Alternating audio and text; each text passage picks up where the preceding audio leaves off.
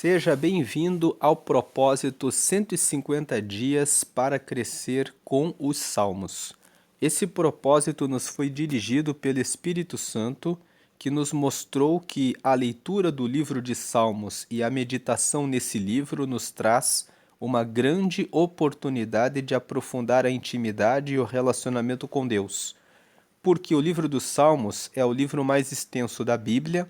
Ele é formado por 150 salmos, o que significa que se você começa a meditar nos salmos, você terá 150 dias de relacionamento com Deus, onde em cada dia você lê um salmo e aprende mais um pouco a respeito de como ter esse relacionamento com Deus. Se você ler e meditar no livro de Salmos 2 vezes por ano, você cobre 300 dias do ano.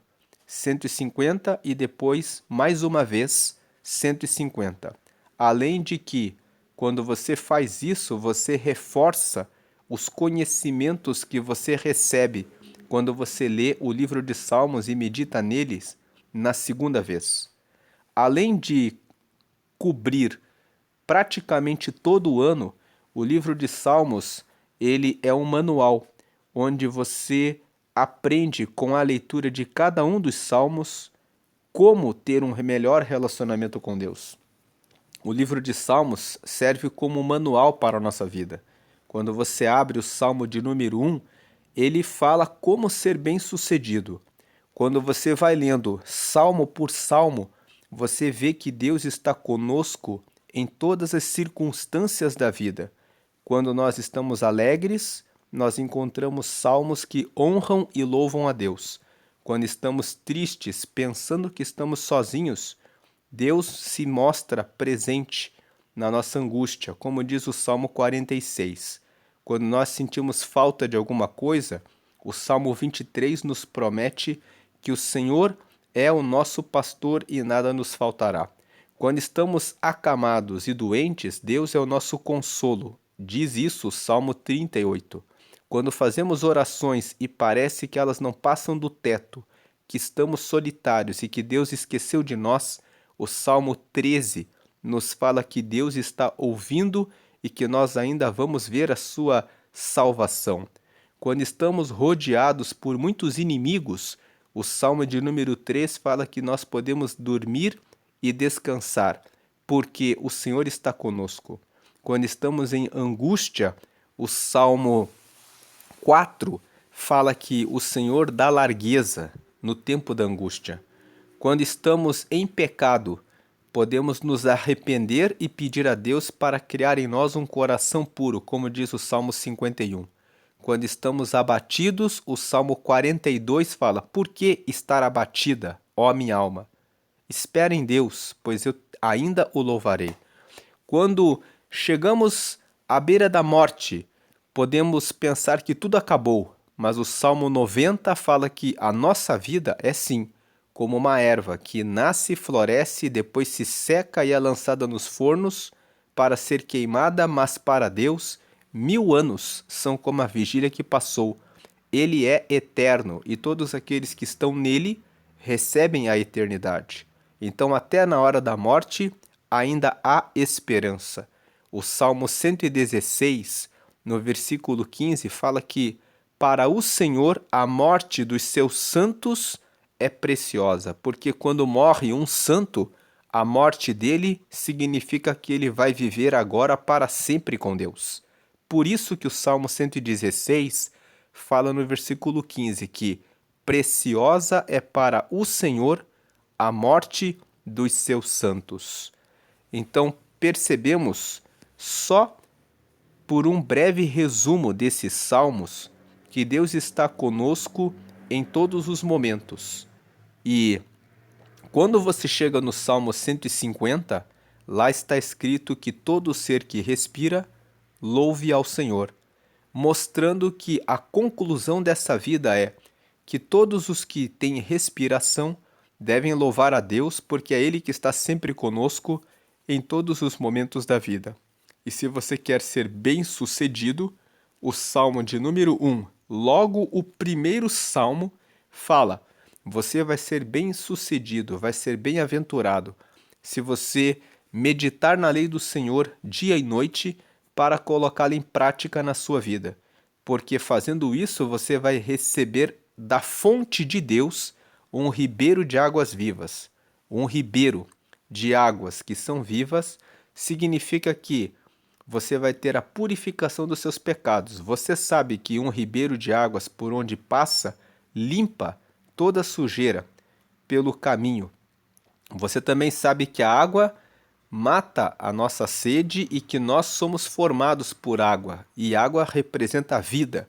Então, quando o Salmo de número 1 fala que se você meditar na lei do Senhor dia e noite, pôr em prática, você vai ser como um ribeiro de águas, significa que você vai ter sempre confiança, fé, esperança, renovação, paciência, amor, mansidão e que os seus pecados vão ser limpos. A Bíblia, na verdade, no Salmo de número 1, fala que você será como uma árvore que está plantada junto ao ribeiro de águas, cujas folhas não secam e que dá o seu fruto na estação própria. Significa que você não vai perder a fé, o amor, a mansidão, a paciência, a comunhão. Essas são as folhas que não secam. E o fruto que é dado no tempo próprio significa que você vai receber em cada tempo, na infância, na adolescência, na juventude, na idade adulta e na velhice, até na morte, aquilo que cabe em cada estação da sua vida quando você cumprir os mandamentos de Deus. E o Salmo de número 1 completa, comparando com o ímpio, dizendo que os ímpios não são assim, mas eles são como a palha que é espalhada pelo vento, em razão de não observarem a lei de Deus. Portanto, o livro de Salmos é uma grande oportunidade para aprofundar o nosso relacionamento com Deus. O livro de Salmos é um livro de louvor a Deus, tanto que Salmos significa louvores. Se você for no texto original da Bíblia, os judeus chamam o livro de Salmos em hebraico de Tehillim. Se escreve T-E-H-I-L-I-M, que quer dizer justamente louvores. O povo de Israel entende que Deus criou os céus e a terra, então ele é digno de ser louvado em todas as circunstâncias da nossa vida. Mesmo nos momentos de abatimento, de angústia, de aflição, Deus está conosco e temos motivos para louvá-lo, por ele estar conosco.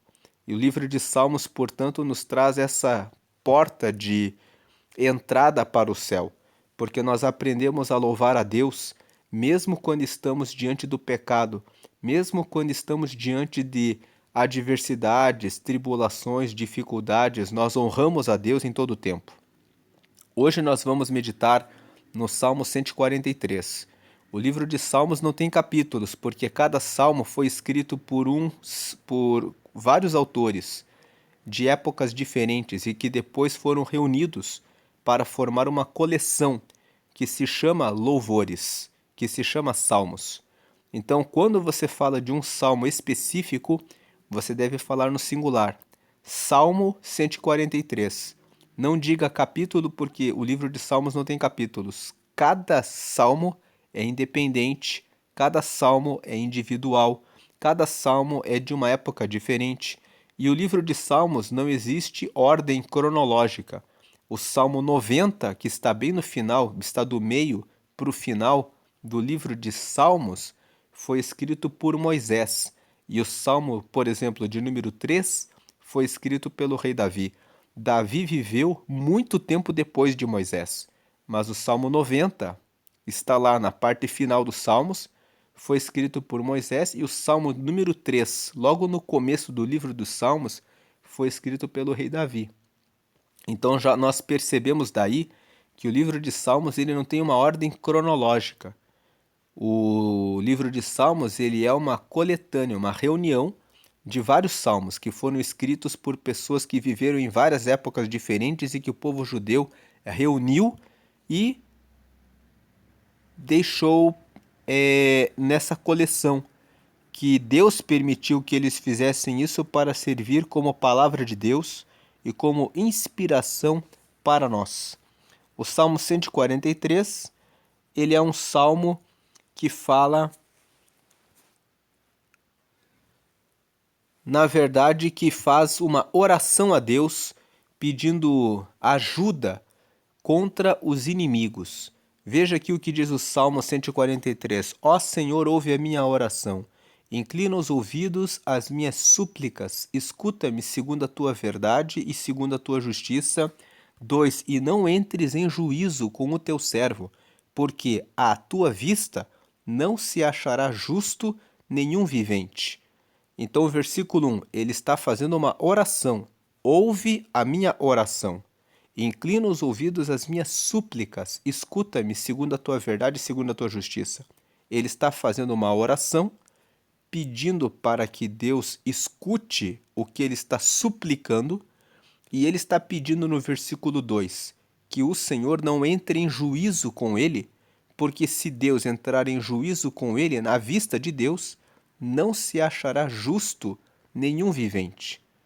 Então, aqui no versículo 2, nós aprendemos que ninguém que vai até Deus pode ser considerado justo. Todos nós estamos carregados de vários pecados. Temos inveja, ira, mágoa, rancor, ressentimento, raiva. Às vezes até ficamos com ódio de alguém. Algumas pessoas pensam até em matar alguém que lhes fez o mal, tendo pensamentos homicidas. Outras pessoas pensam em pornografia, adultério, prostituição, promiscuidade, lascívia, malícia, olham para outras pessoas com cobiça em relação aos seus corpos, ao invés de cuidarem dos seus pensamentos. Outras pessoas estão presas na glutonaria ou na alimentação incorreta, contraindo doenças, enfermidades. Outras pessoas estão consumindo álcool em excesso ou drogas, deixando de cuidar da sua saúde. Mas muitos ficam entorpecidos pelas comidas dos restaurantes de fast food, que oferecem comidas cheias de sódio e que cheias de açúcar e que vão corroendo a saúde das pessoas que se alimentam dessa forma. E tudo isso é pecado, porque a palavra pecado significa errar o alvo, errar o objetivo. O nosso objetivo é cuidar do nosso corpo, da nossa alma e do nosso espírito. Muitas pessoas estão pecando em razão de ansiedade, porque é pecado quando você pensa no futuro e pensa que você tem o poder de pensar e tomar decisões a respeito do futuro. Você nem sabe se amanhã você estará vivo, se você estará viva, e quando você pensa nisso, você está pecando porque está querendo antecipar o futuro, que só pertence a Deus. Aqui nós estamos falando dos pecados só para lembrar que diante de Deus, como o salmista está dizendo aqui, não se achará ninguém que seja justo. Mas ele está aqui pedindo para Deus: ouve a minha voz, ouve as minhas súplicas, segundo a tua verdade e a tua justiça. Nós podemos lembrar de que devemos pedir a Deus tudo o que precisamos porque Ele pode nos ajudar. Agora vem o versículo 3. Veja, ele pede para Deus ouvi-lo e o primeiro motivo, ele pede que Deus escute ele apesar dos pecados dele. Ele pede para Deus não entrar em juízo com ele. Agora o versículo 3. Ele pede para Deus ouvi-lo por quê? Versículo 3 e 4. Pois o inimigo perseguiu a minha alma, abateu-me até o chão, fez-me habitar na escuridão como aqueles que morreram há muito. 4. Pelo que o meu espírito se angustia em mim e o meu coração em mim está desolado. O motivo que ele pede o socorro de Deus, que Deus escute ele, é que o inimigo o cercou e o deixou em uma situação de angústia. O espírito dele ficou angustiado, com o coração desolado. Agora o versículo 5 e 6. Lembro-me dos dias antigos, considero todos os teus feitos, medito na obra das tuas mãos. 6. Estendo para ti as minhas mãos. A minha alma tem sede de ti como terra sedenta. Selá. Então ele está dizendo aqui, enquanto ele está orando, ele lembra dos dias antigos. Ele se recorda das coisas que Deus já fez. Ele fala: eu considero todos os teus feitos e eu medito na obra das tuas mãos. Então eu me lembro dos dias antigos e eu considero todos os teus feitos. Significa que eu lembro de tudo que Deus já fez pelo nosso povo. Aqui no caso é uma lembrança de todas as bênçãos que já recebemos de Deus. Então eu peço a Deus que me responda, porque eu sei que Ele responde, porque eu tenho experiência de que, em lembrando de coisas antigas, eu lembro de tudo que Deus já fez por mim até aqui. Muitas vezes nós esquecemos que só o fato de estarmos vivos, só o fato de termos chegado até aqui, significa que Ele cuidou de nós durante a nossa gestação, quando estávamos ainda no ventre das nossas mães, que Ele cuidou de nós durante a infância, durante a nossa juventude e nos trouxe até aqui. Se Ele cuidou de nós até aqui, certamente Ele merece a nossa oração, porque Ele tem derramado vida, fôlego de vida sobre nós.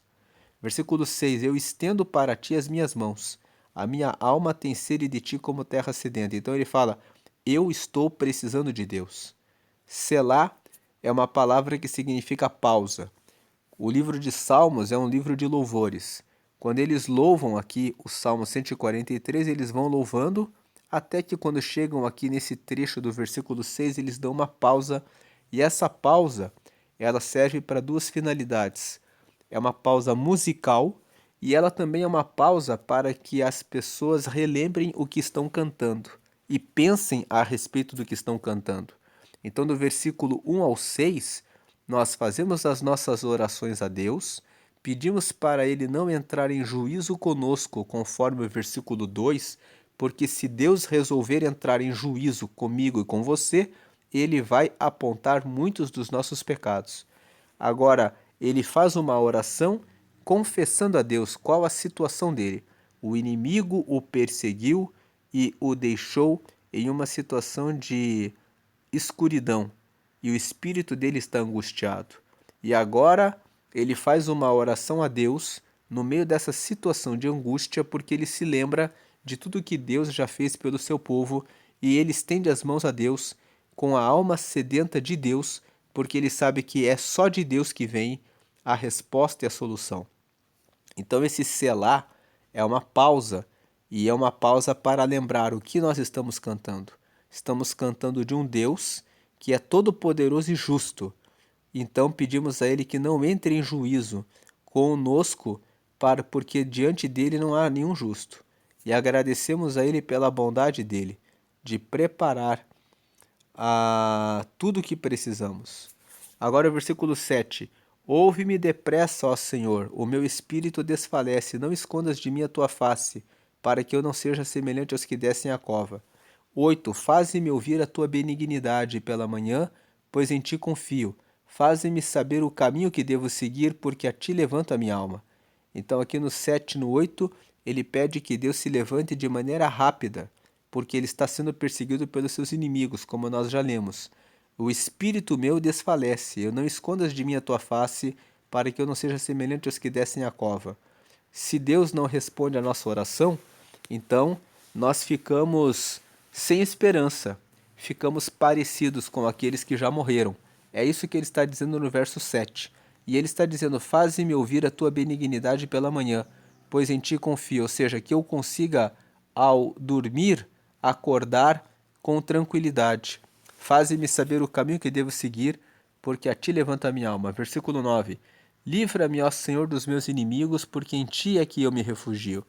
10. Ensina-me a fazer a tua vontade, pois és o meu Deus. Guie-me com o teu bom espírito por terra plana. O 11. Vivifica-me, ó Senhor, por amor do teu nome, por amor da tua justiça, tira minha alma da angústia.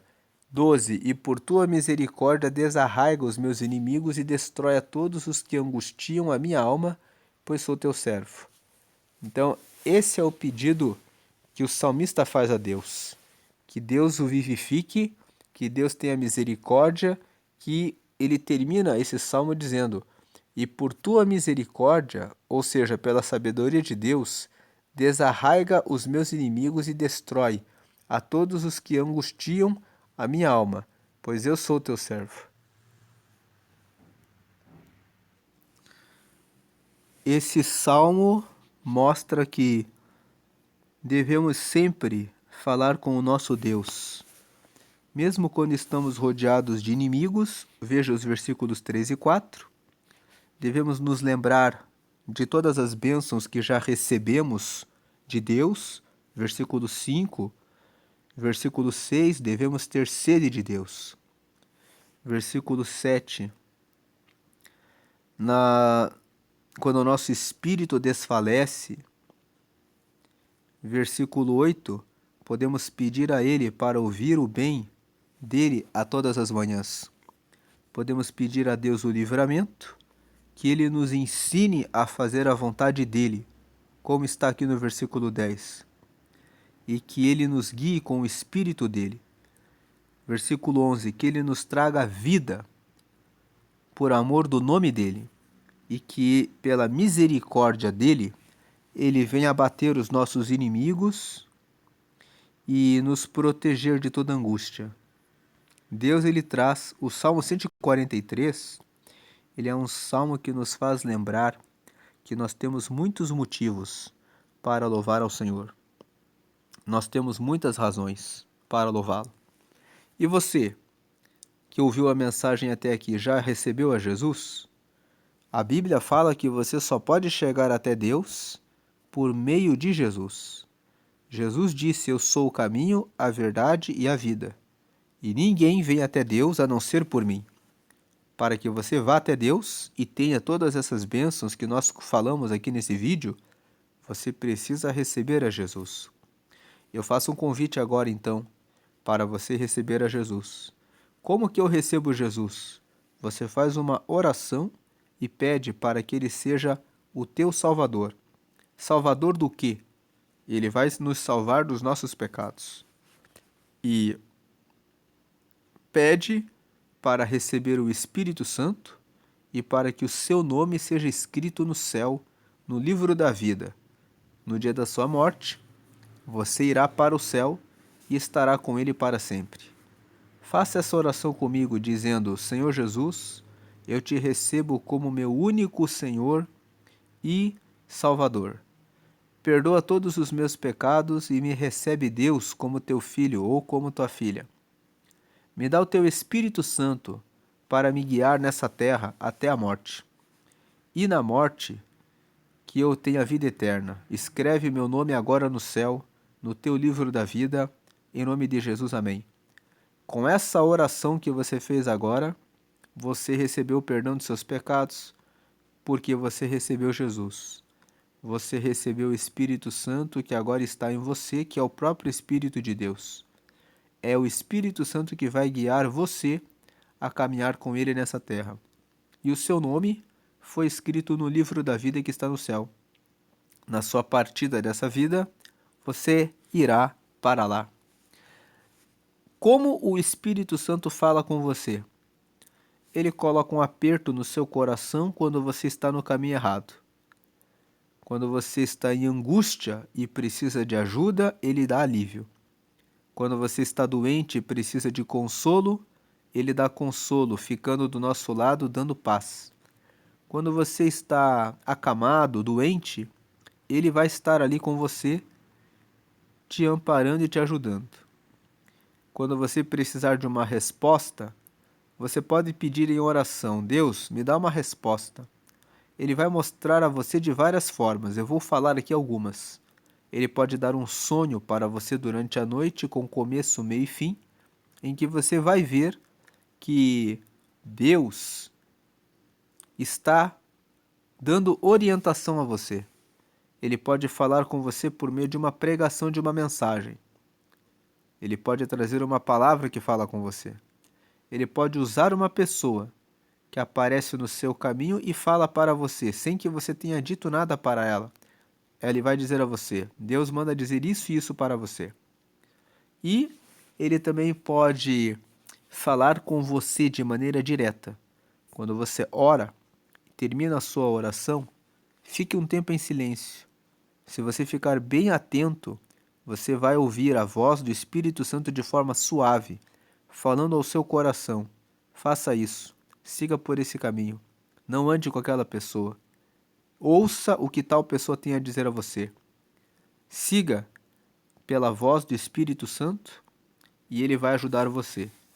Talvez no começo das suas orações você não esteja sensível à voz do Espírito Santo, mas pratique orar todos os dias e pratique ler a Bíblia todos os dias e pratique pedir a Deus por respostas todos os dias e colocar todas as suas demandas nele, porque é dele que vem a nossa vida, ele é o nosso Deus, ele é o nosso Senhor e ele tem prazer em cuidar dos seus filhos, de todos aqueles que oram e confiam nele. Vamos orar. Te agradecemos, Deus, por essa palavra que nos mostra que o Senhor é o nosso Deus. O salmista que escreveu esse salmo reconheceu que diante do Senhor não há um justo sequer. Reconheceu também que, sendo perseguido pelos inimigos e angustiado por eles, pede socorro ao Senhor. Também lembra dos feitos passados, de quantas maravilhas o Senhor já fez, e também nos faz entender que devemos ter sede do Senhor. Pedimos que o Senhor derrame o teu Espírito sobre nós, que o Senhor nos dê do seu bem todas as manhãs, que o Senhor nos livre dos inimigos e nos ensine a seguir a tua vontade.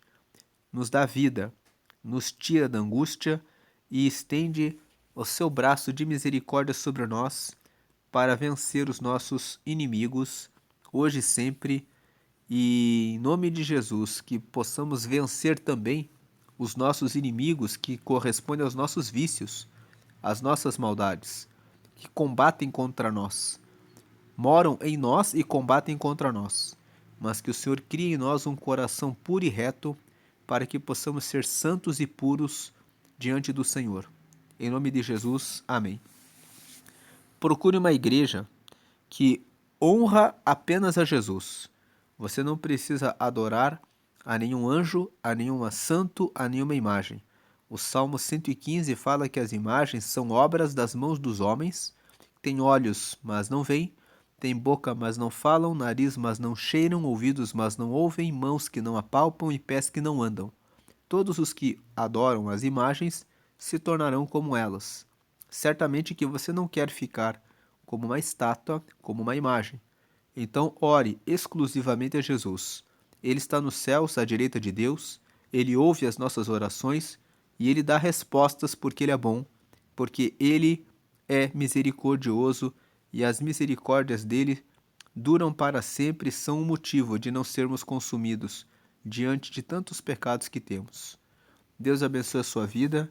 Se essa palavra falou ao seu coração, deixa o seu like e compartilha com as pessoas que você lembrou agora que podem estar passando por uma situação de perseguição, podem estar de repente angustiadas e aflitas, podem estar de repente precisando de uma palavra que traz ânimo para elas.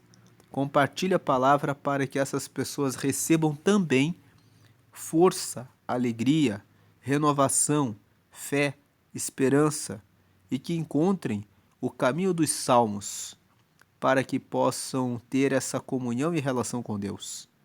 Deus abençoe a sua vida e siga com a leitura dos salmos, siga com a leitura da Bíblia para que você receba alimento espiritual, água da vida, para que você seja como uma árvore que está plantada junto a um ribeiro de águas que dá o seu fruto na estação própria e cujas folhas nunca secam.